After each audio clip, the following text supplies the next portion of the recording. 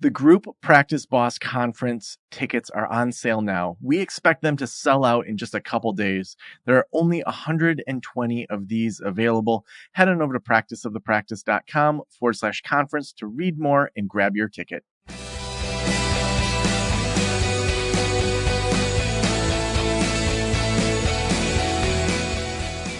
This is the Practice of the Practice podcast with Joe Sanok, session number 1124.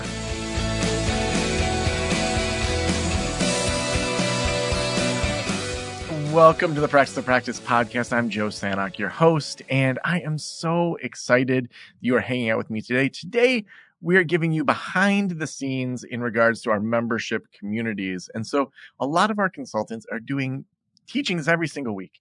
Every Tuesday, Wednesday, and Thursday, we have live teachings going on in our membership. So we wanted to give you a little behind the scenes. So we're going to be hearing from Nicole Ball, talking about what to do when referrals are slow, HR basics with Andrew, client retention with Ashley, scaling with Nicole Ball, choosing the right project management systems, and all sorts of other things over the coming weeks. I can't wait to dig into this with you. If you want help from one of our consultants, please head on over to practiceofthepractice.com/apply.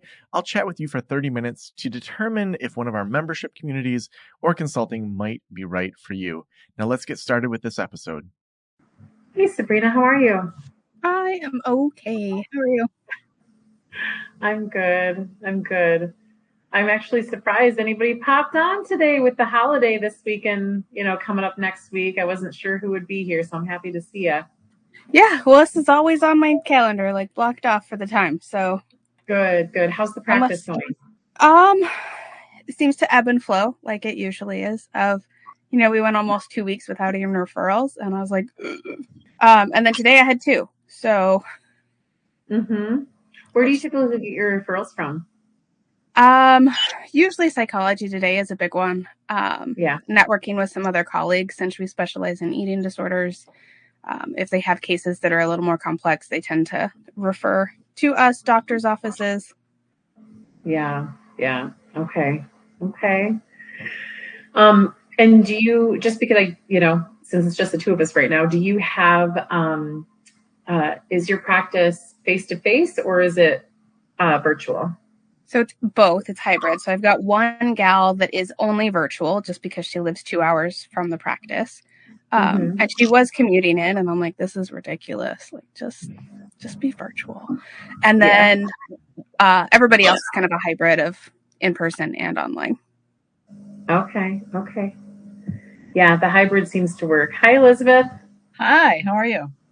I'm good. How's your summer going so far? A little crazy, but starting to settle down. I haven't been here in weeks to see you. I'm so glad they're recorded because I haven't been able to join in several weeks. Oh, well, but good. Things are calming down, so yeah. No. Good. Good. I mean, July, I'm ramping up for July to be a slow season because typically July is slow. I actually just sent an email out to all of my clinicians reminding them because people forget that it's a slow time. And in our area, there's a big, huge festival. The National Cherry Festival is next week. Okay. And so we typically have a lot of no-shows, a lot of cancellations, a lot of folks who oh my gosh, I forgot I had an appointment.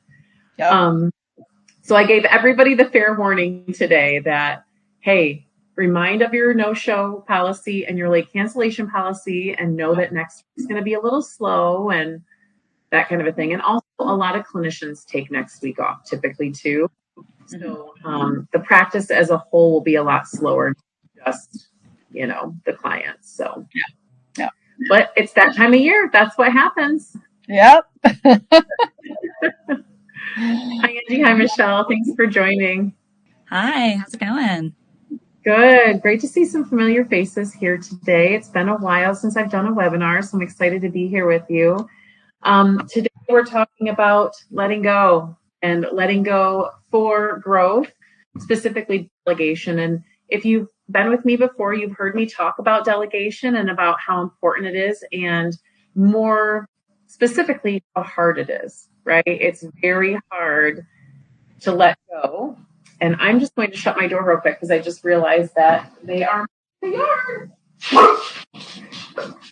Okay. Sorry about that. So, so we want to make sure that we are delegating for growth as hard as it may be. And we're going to talk about some of the barriers to that today, how to combat that, and just overall, like what you can gain from the delegation, from letting go. Because I know for sure there's no way that I could have gotten to be $1 million practice if I started delegating.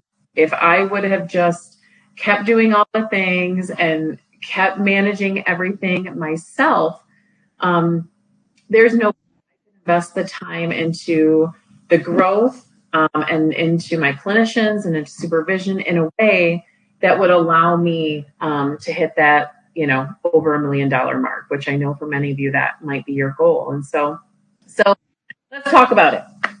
The number one thing on my list is knowing exactly where all your time is going.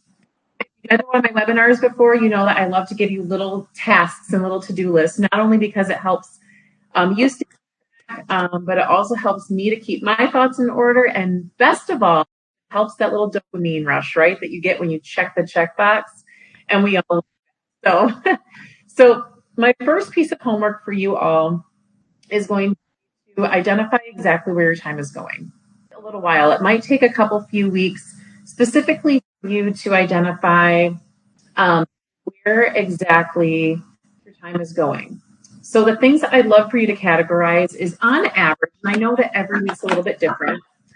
How much are you spending? How much time are you spending seeing clients? Okay. And I know a lot of us, I still see clients regardless of how big I am. I think it's important that I keep my clinical practice up so I can effectively teach, because I do enjoy the teaching and mentoring surrounding the clinical practice. So I can kind of see what's going on trend-wise with clients. And then also, as a practice owner, you typically get 100% of the income that comes in. So it's always nice to have a small caseload. Now, is my goal to keep seeing clients forever? No. And you've heard me talk about this before in other webinars, those financial goals to retire and, either sell your practice or have your practice be strictly passive income. That's my goal down the road. So I don't always want to see clients. But the first thing I'd like you to do is, on average, identify how many hours per week you are seeing clients. Then I want you to identify how many hours per week you are doing things for your clients. So what I mean by that is hi, Michelle. How many hours per week you are doing things for your clients. So writing up your notes, your treatment plans, any research that you're doing for your client's diagnosis, any advocacy that you're doing for your clients, because sometimes we, in our brains, don't count those hours, right? We're like, well, I saw my client, so that's 1 hour per week I saw a client. No, what about the 10 minutes you spent doing your note? What about the 5 minutes you spent calling them back to reschedule? What about the 6 minutes on the phone that you called the probation officer? That all adds up, and I know that can be difficult to average out, but it's important to average out because it all adds up. Right? When we talk about money, we say that every penny counts.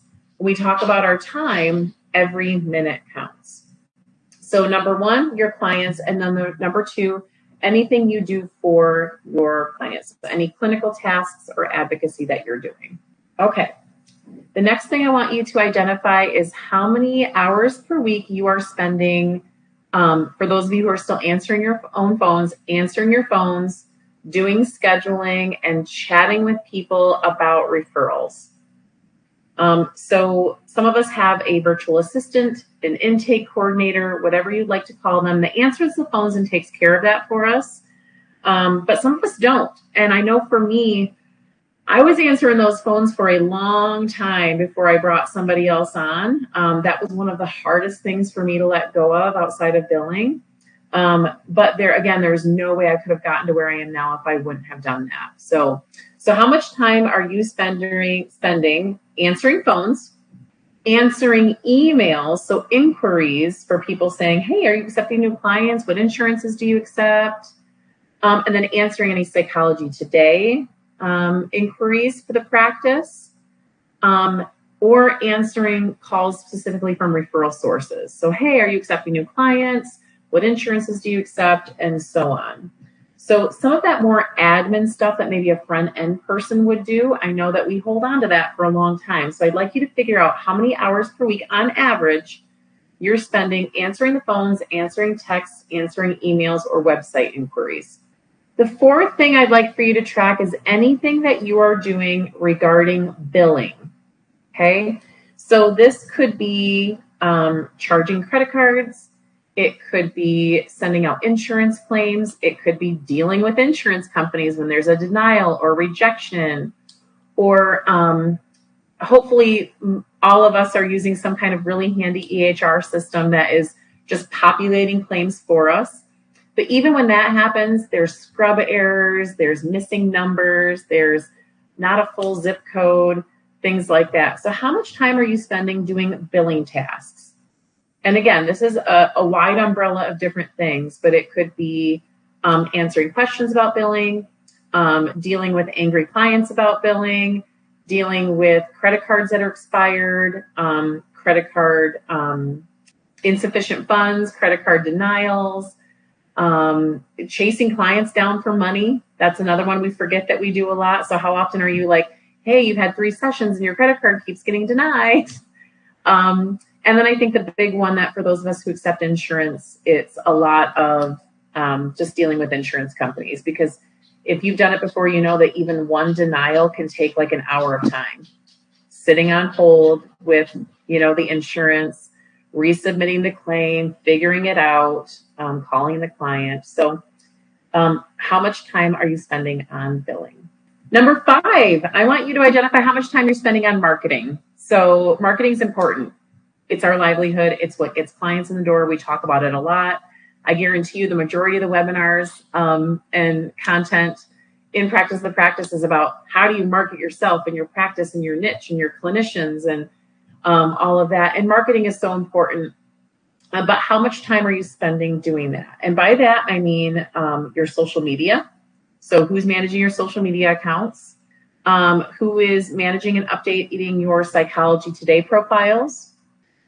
Who is updating referral sources, pamphlets, rack cards, who is going to the events, who is shaking hands with people, who is calling the schools, who is it?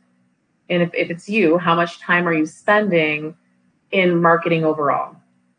And I want you to consider too, it's not just, oh, I need to order more business cards. It's going online, looking at your business cards and going, I'm going to change that, spending an hour or 2 playing with your logo, then hitting, you know what I'm talking about, right? It goes a little bit farther than just clicking a button to order more business cards.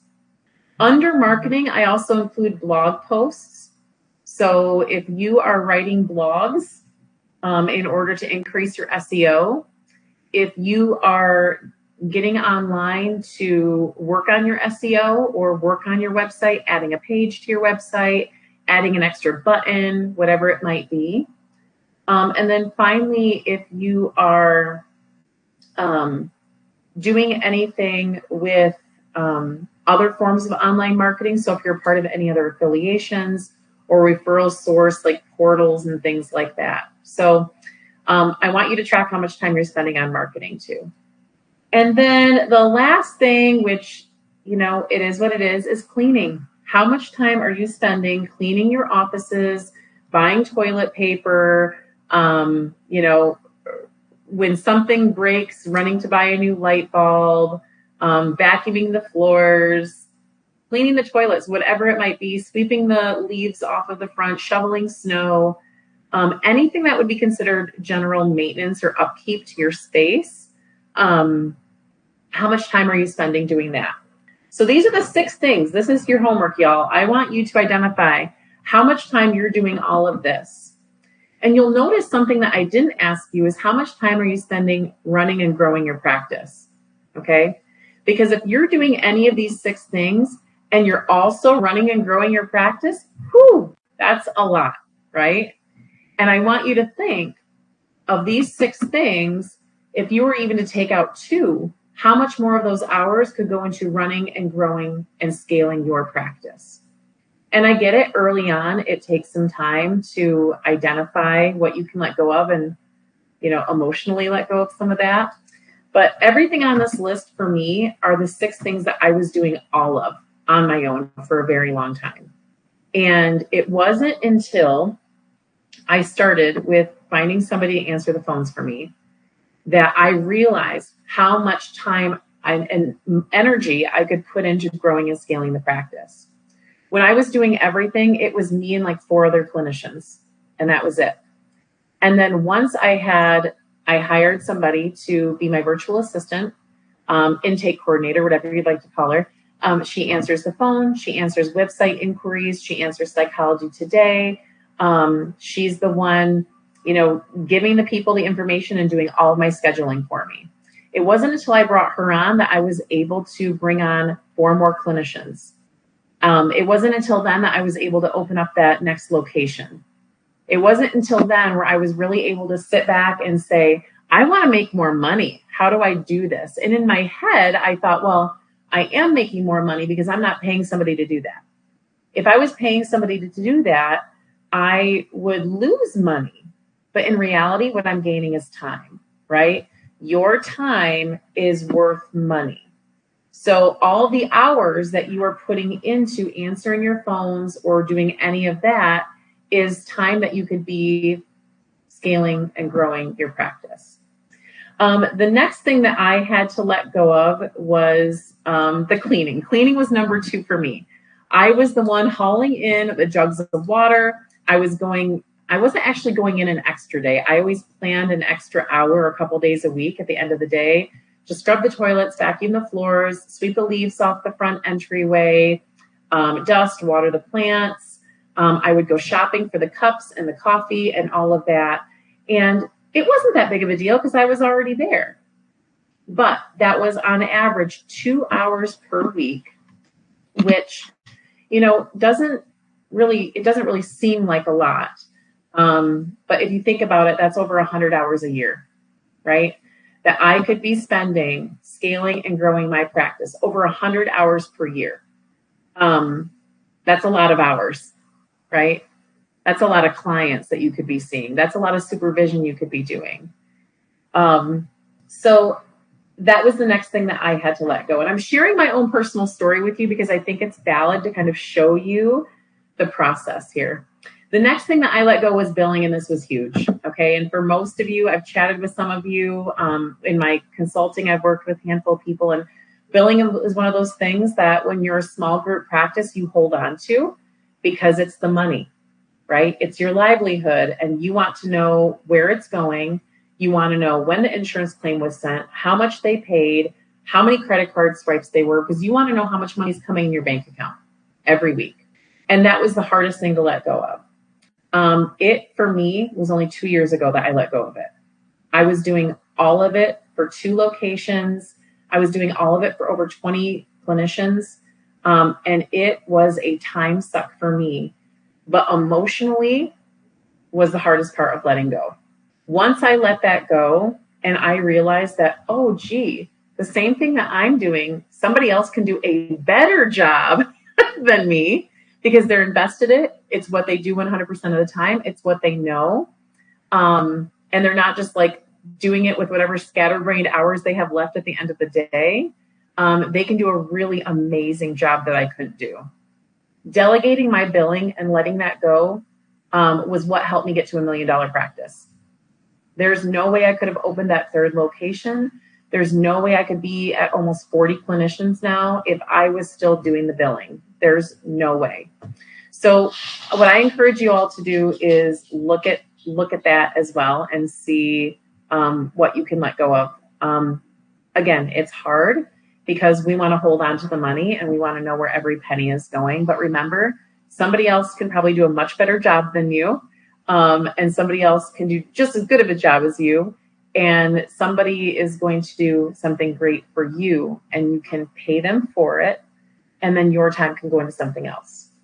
Now, the $25 an hour was that what you were going to ask, Elizabeth? Is how Well, I was going to ask if you went to a biller, like a billing company, or if you hired someone. I hired somebody specifically at $25 an hour. Okay. average of 10 hours a week, which really, if you look at it, I was putting in 10 hours a week. Sure. I put in over 10 hours a week because it wasn't my thing. It was like what I did at the end of the day to squeeze it in, but it was over 10 hours a week that I was doing it. Right now I just moved her up to 13 hours a week at $25 an hour. But that 10 hours a week, I can put into scaling my practice. And I didn't have that. I had no hours left over at the end of the day to do any of that. So now that I have her, it's this really beautiful thing. I've had lots of people I do consults with hire billing companies and have very great experiences. You just have to look at the difference between what the rate is, because some of them take a percentage of whatever you bring in. Some of them have a flat rate. So for every insurance claim, they charge this much. And then they can only do A, B, C, and D.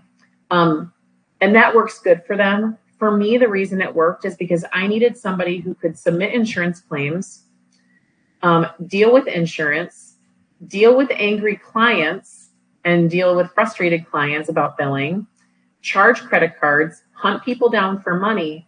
And then for me, the biggest thing that was taking so much time was allocating the money to the specific clinician. When you have 30 clinicians, and I don't know where all of you are in your practice, but if your goal is to get there, you can do it, okay?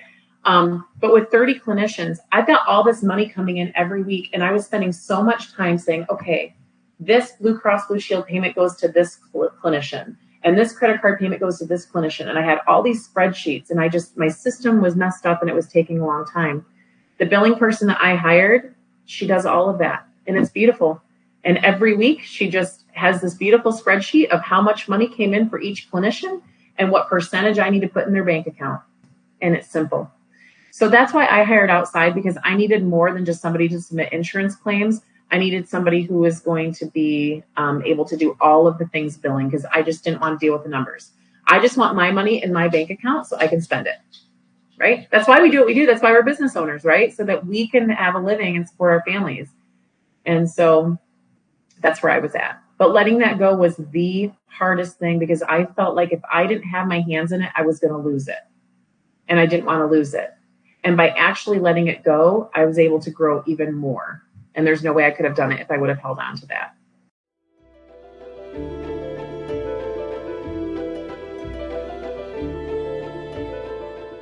I am so excited about Alma. When I had my private practice, I struggled building my caseload, attracting the right clients, managing the business side. And honestly, one of the reasons I didn't take insurance was it was so difficult to navigate. So many of my consulting clients deal with these problems as well. And Alma supports clinicians in building rewarding private practices with simplified insurance credentialing in under 45 days, enhanced reimbursement rates, and guaranteed 2-week payback. Plus a free profile in their searchable, filterable directory, making it easy for clients who are the right fit for your practice to find you. Learn more about how Alma could support your private practice at helloalma.com/Joe. That's hello, ALMA.com/Joe to learn more. Marketing, it was the last thing I let go. So kind of think about that. I gave it to my intake coordinator. I said, hey, can you post on Facebook a couple days a week? You know, if I have a special project, can you do it? I also give a lot of my marketing things to my interns. When I bring on a new intern, and by the way, you've heard me talk about this before, if you can get yourself free work, do it. I love having interns. But I always give my interns a non-clinical project every year, and it's usually related to something related to marketing or networking, something like that. So they come on knowing that they are going to have a non-clinical task as part of what they do. So going to community collaborative meetings to represent the practice, connecting with school social workers, going to expos and mental health awareness events. Let my interns do all that because they can get the hours and then it's free for me. So that's what I did for marketing. So before I move on to my next thing, let's talk about this. What questions do you have about these 6 things that I just asked you about, or the things that I just mentioned in sharing my own story about how I let things go? Okay. So after you have figured out where your time is going, you can really see what those numbers are. And I'm sure you're already kind of adding it up, kind of roughly in your head right now. How many hours am I putting into all these things? If you are not, if you want growth and you want sustainability, you have to start delegating. And the reason I use the word sustainability is because I know for me personally, it was not sustainable for me to do everything. It wasn't, because you only have so many hours a day. There's only so much time. When I noticed that I was tired and exhausted and angry, and I wasn't spending time with my family the way I needed to, that's when I realized this isn't working for me anymore. Because even though I felt like a really badass girl boss, and I was like, I am going to do it all, and I'm going to be so good at it, the reality was that my kids were missing out. My clients weren't getting the best of me. As most of you know, I teach at a university. My students weren't getting the best of me. And my house was a mess. So when it came down to it, it was not going to be sustainable in order for me to do it. So after you identify how many hours per week are going to each of these things, I want you to think about the word sustainability. And if you're taking notes today, just write down the word sustainability and find out what is going to be sustainable for you. Because unfortunately, what happens is the most important people to us at the end of the day get the crumbs left over. And we talk about this stuff with our clients all the time, but we've got to take our own advice and say, like, my family deserves more than the crumbs at the end of the day. My health, my body deserve more than the crumbs. My dog, my puppies, they need more than the crumbs at the end of the day too. So I want you to think about sustainability and think about, just where your energy is going. Okay. After you've done that, that's when the bigger piece of the homework comes in. The challenge to all of you is, after you identify these 6 things, pick one thing, just one thing that you can really consider letting go. I don't want to give you the homework of like, okay, let's find a billing company and let's hire a cleaning lady and let's do all of this. No. I want you to, out of these 6 things, identify what you can let go of, just one thing. If it's the cleaning, okay, that's easy. You hire a cleaning company, or you find a friend who's willing to clean the offices or something, right? You find some opportunity to let that go and start the research in doing it. Now, to take all 6 of these things and say, like, okay, delegate all of this, let all of this go, would be a lot. So I would encourage you to just pick one thing. Let's talk about the barriers, though. The barriers to delegating, we all know, because we talk to our clients about this all the time. We're all clinicians, and so we all know that the barriers to letting go are usually trust, right? How can I trust somebody with my billing? How can I trust somebody to get on the phone and sell my practice the way that I can do, because I can do it best, right? How do I trust somebody to water the plants on the same schedule that I do? Or how do I trust somebody to make sure those numbers are all going the right way? Trust is huge. But the thing about trust is, if we don't challenge it, we're never going to know just how trustworthy other people can be, and just how much of a rock star somebody else can be at the same job that we're doing, right? My biller right now, there is no way I could do what she does. She gets those insurance claims paid, when for me, they would be sitting there for weeks and weeks, because I just I dreaded making another phone call to figure out why the insurance claim got denied. I would just let it sit there. It's like that pile of laundry, right, that you just let sit there. And so not only was my clinician not getting paid, but I wasn't getting paid. And my client's calling saying, hey, what's going on? I haven't gotten a bill for my copay yet, or whatever it might be. The person who answers my phone, Emily, she does a great job at selling the practice, keeping track of all 38 of my clinicians and figuring out, of those clinicians, who has openings, what their niche is, what days they're going on vacation. Like, she tracks all of it. I couldn't do what she does. So I think the leap of faith that we all need to take is trusting that somebody else can do a better job than we can. Because we hold on to it because we do it the best, right? We want our hands in it because we know we're not going to mess up. So we need to take the leap of faith that somebody else can do better. And then, you've all heard me say this before, because I've seen most of you before. I always say, what's the worst case scenario, right? And the worst case scenario is almost always survivable.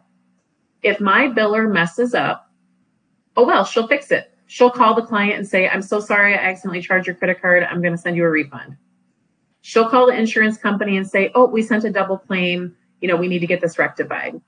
She'll be the one to call the client and say, hey, I'm so sorry. I thought we accepted your insurance and we don't. She will take care of that. And if it's something that I have to take care of, then I'll do it. But I don't have to do the dirty work every day. Same thing with my intake coordinator.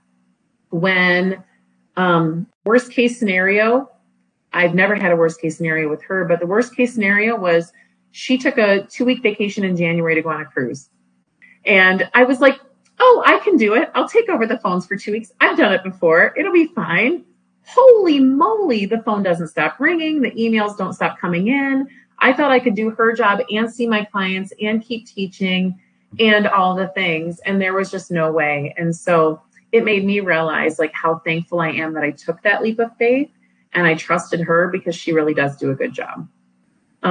So that's the first barrier, is taking that leap, because we have to trust that other people can do the same kind of job we can do.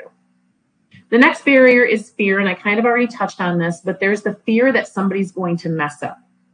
I'm in control, so I'm not going to mess up, and if I do mess up, it'll be my fault, and I can clean up my own mess. But what if somebody else messes up? What if our billing person messes up? What if what if my intake coordinator messes up? What if my marketing person uses an image that's not licensed or whatever? And that can be kind of scary. Like, what if somebody else messes up? So I think that leap of faith that I encouraged you to take just a moment ago is the same way related to that fear.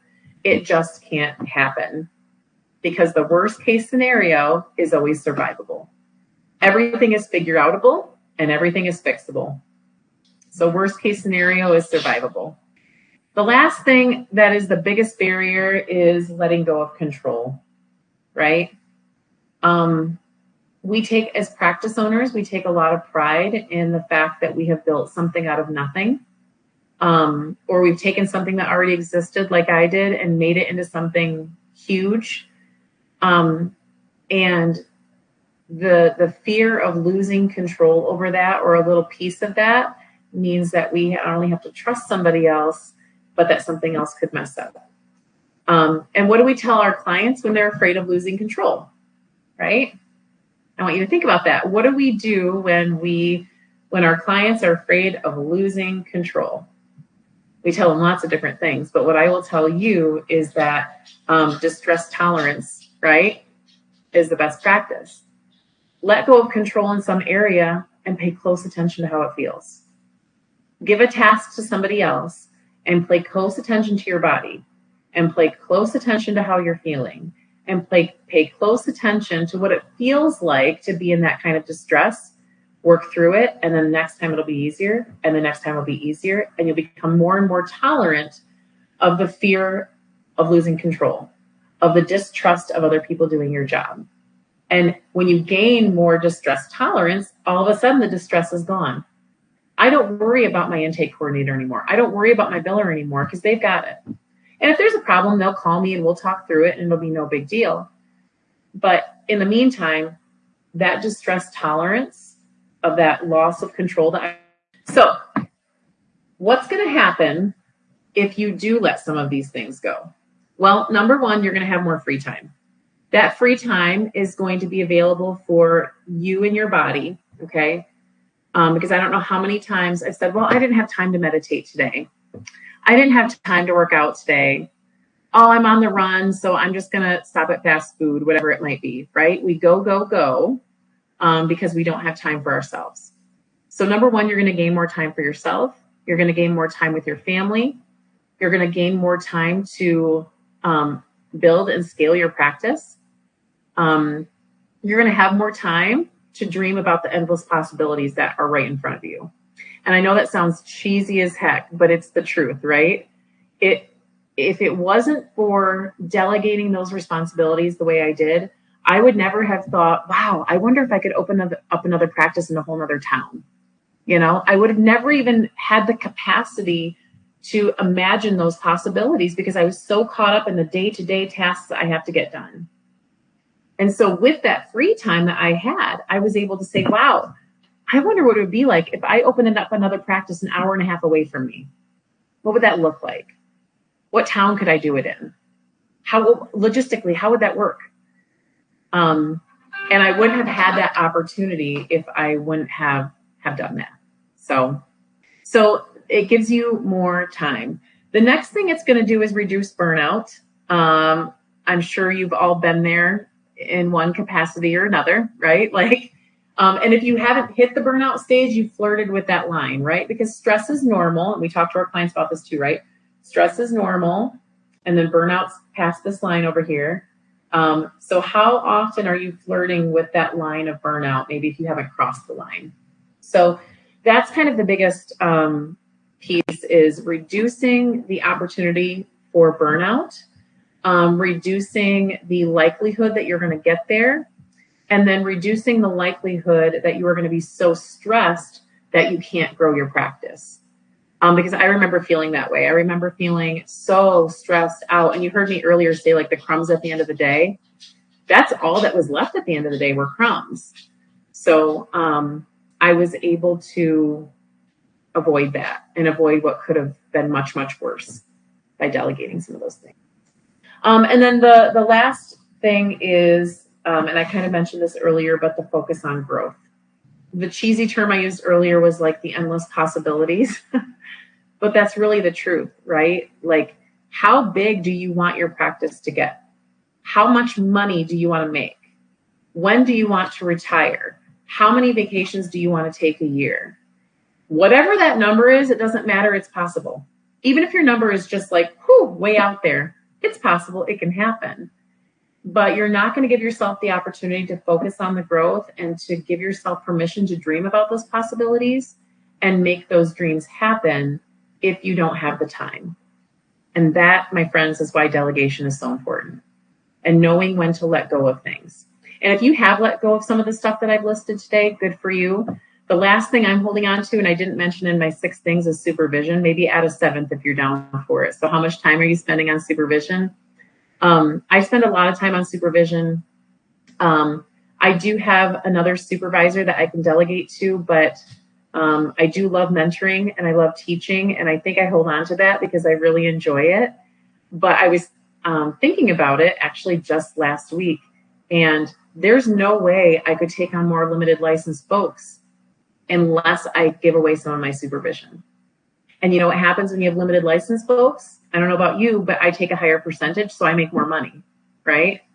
So I could make more money bringing on more limited license folks if I would let go of supervision. So out of all 6 of those things, that's the last thing on my list that I'm struggling to let go of, but I'm starting to think about what that would look like. And that's what I'm encouraging you to do today, is just start thinking about what it would look like. So where's your time going? And then where do you want to be? How much money do you want to make? How many vacations do you want to take a year? And if you look at that, and you look at this, you might find that there's no way this is going to be sustainable to get this unless you let go of some things. So as always, I love participation.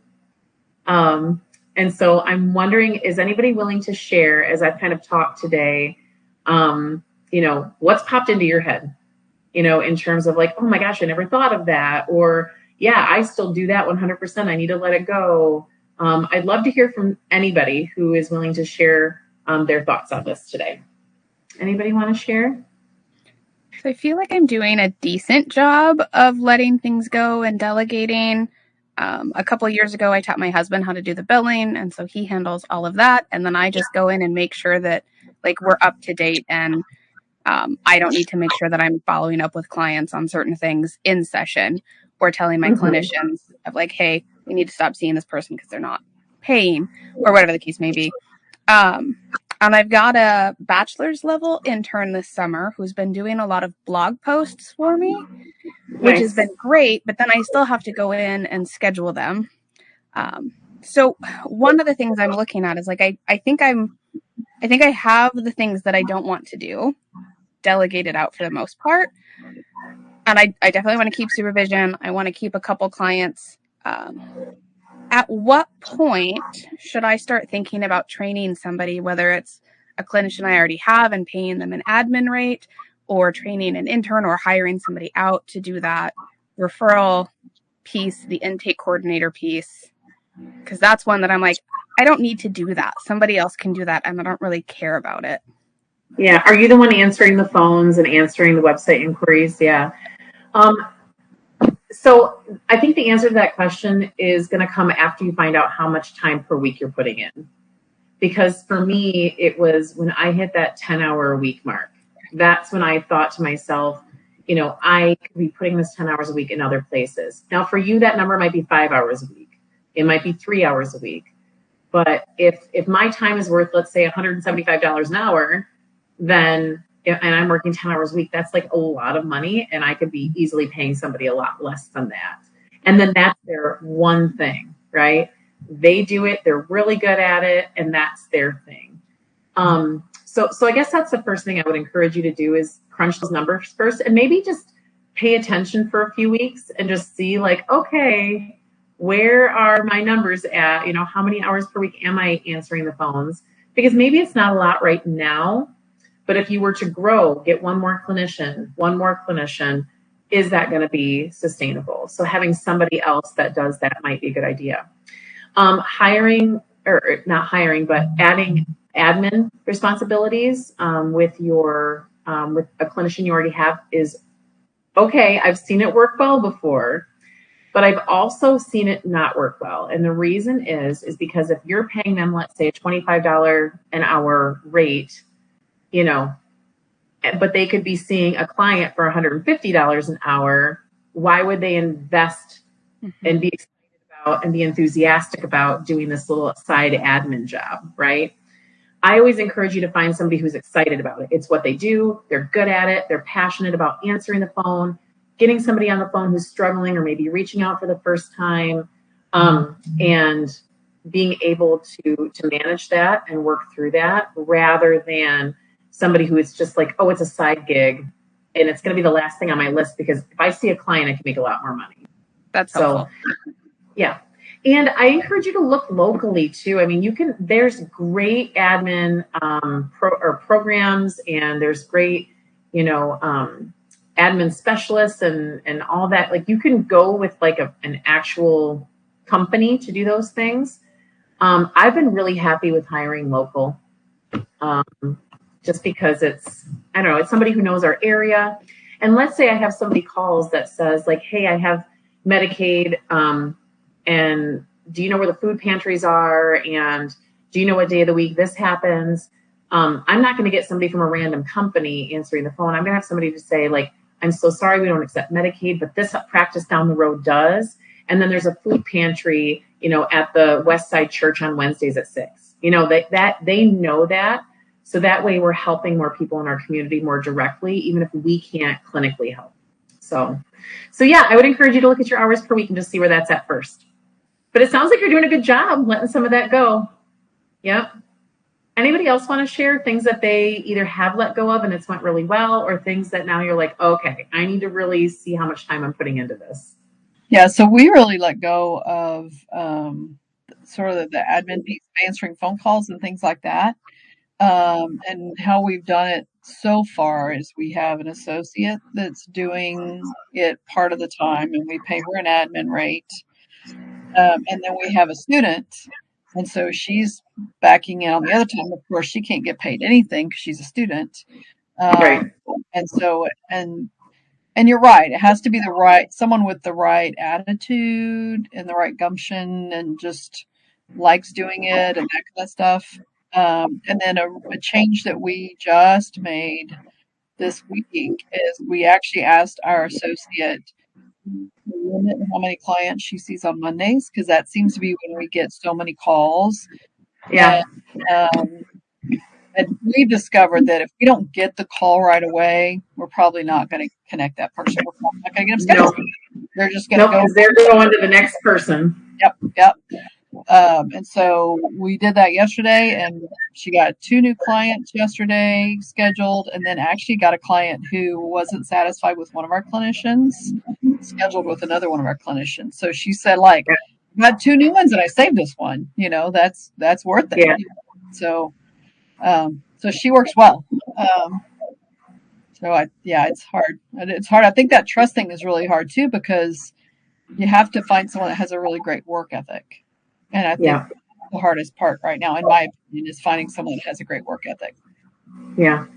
I think something that's helpful too is finding somebody that genuinely cares about mental health, because you could find anybody to answer the phones, but if you find somebody who has a passion for mental health and really cares about, the community, I think that makes a big difference too, because that compassion and empathy, you can feel that on the phone with somebody.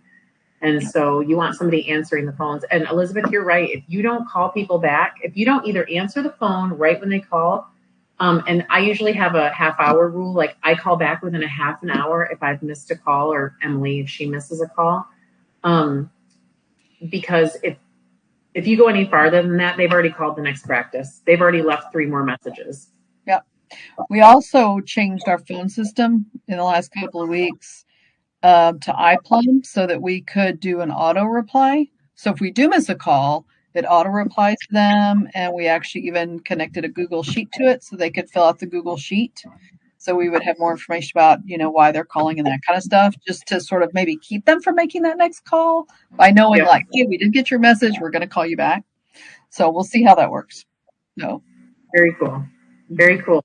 And test things out too. Just because you bring something on, like a new system or a program or even a new person, like if it doesn't work out, whoop-de-doo, go on to the next person. That doesn't mean that the next thing's not going to work.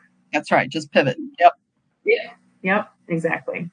All right. We got time for one more. Anybody else want to share? I was just going to say, I think that a lot of this stuff I'm doing pretty good on, but the marketing has been the most difficult for me to kind of delegate. And like some things I've run into, like for one, is that I've tried to have our interns do blog posts in the past, or even some of our clinicians. It's like, then I end up spending so much time rewriting it. Or I just, I'm like, this is just trash. And you know what I mean? And then it's like, okay, I have a choice. I can either try to rehab it or work with them, which is more of my time, or I can just go, all right, we just don't need that one. And then 2, along with the marketing is like really teaching someone like the tone and the voice and so all the other stuff. I feel like, sure, check. I can delegate those things to someone that would be sort of teachable, but the marketing piece is really where I'm struggling. Yeah, because we want to represent it's who we are, right? We've created something that's a piece of us, and we want that to be represented the right way, and that can be really, really hard. And I'll admit, sometimes, the person who does marketing for me, she will put something on Facebook where I'm like, I wouldn't have worded it that way. Mm-hmm. But at the end, like, you know what, whatever, like, it's not going to kill us. We get clients and it'll be fine. And so again, it's about that like letting go piece that can be really hard. Mm-hmm. Well, I think, the title of this webinar today was like letting go for growth. So I want you to kind of keep that in mind, that letting go, yes, so we can have more free time with our families and more free time for ourselves and have that lifestyle that we wanted as a business owner. But letting go to grow is, I think, the message I want you to take today, is that, all I have is my own personal story. And I know that I could not have grown to where I am if I wouldn't have let those things go and trusted the process and let go of that control.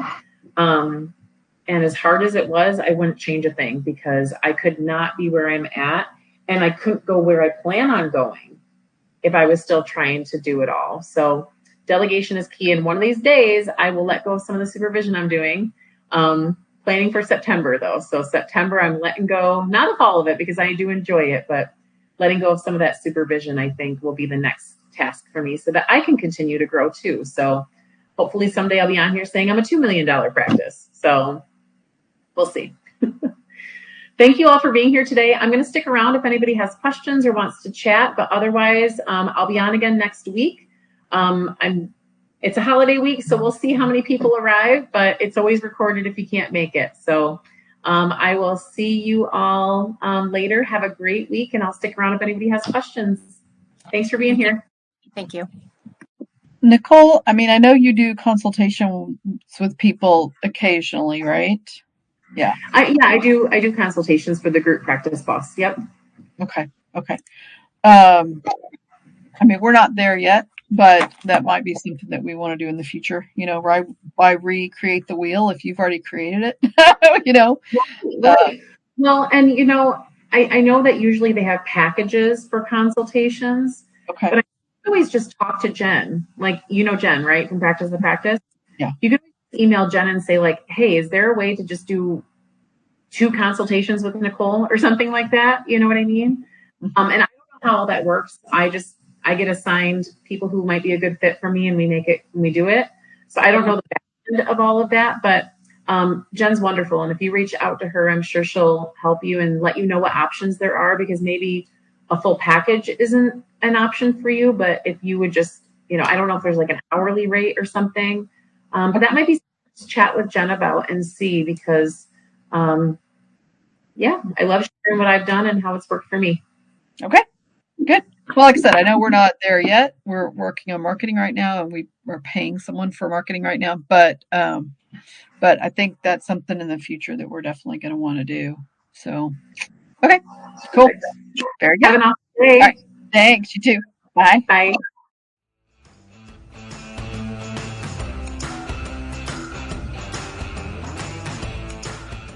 Well, thank you so much for listening to the Practice of the Practice podcast today. These trainings are available in our membership communities. Now, we're going to be opening up our membership communities more than just when we're opening Level Up Week. So if there's one that you are interested in, I would love for you to head on over to practiceofthepractice.com/membership, where there's more details and you can get notifications when those open up. So if you are in solo practice, just getting going, if you are building and sustaining a sustainable solo practice, Next Level Practice is for you. If you are looking to launch a group practice launch is for you. And Group Practice Boss is for all those group practice bosses out there. We are so excited to bring these types of things to you as much as we can so that you can level up your practice in a way that's just amazing. Head on over to Alma's website, helloalma.com/Joe, if you want help with credentialing, if you want help with reimbursement rates and a guaranteed 2-week payback. Again, that's helloalma.com/Joe. Thank you for letting me into your ears and into your brain. Have a great day. I'll talk to you soon. Special thanks to the band Silence is Sexy for that intro music, and this podcast is designed to provide accurate and authoritative information in regard to the subject matter covered. It is given with the understanding that neither the host, the producers, the publishers, or guests are rendering legal, accounting, clinical, or other professional information. If you want a professional, you should find one.